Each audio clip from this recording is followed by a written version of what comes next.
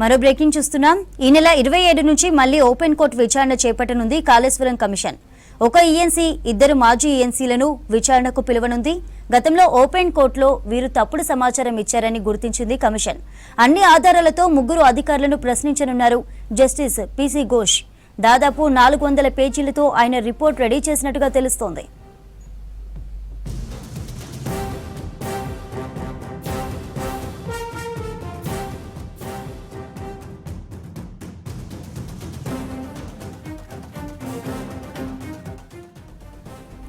ఈ నెల 27 నుంచి మళ్లీ ఓపెన్ కోర్టు విచారణ చేపట్టనుంది కాళేశ్వరం కమిషన్.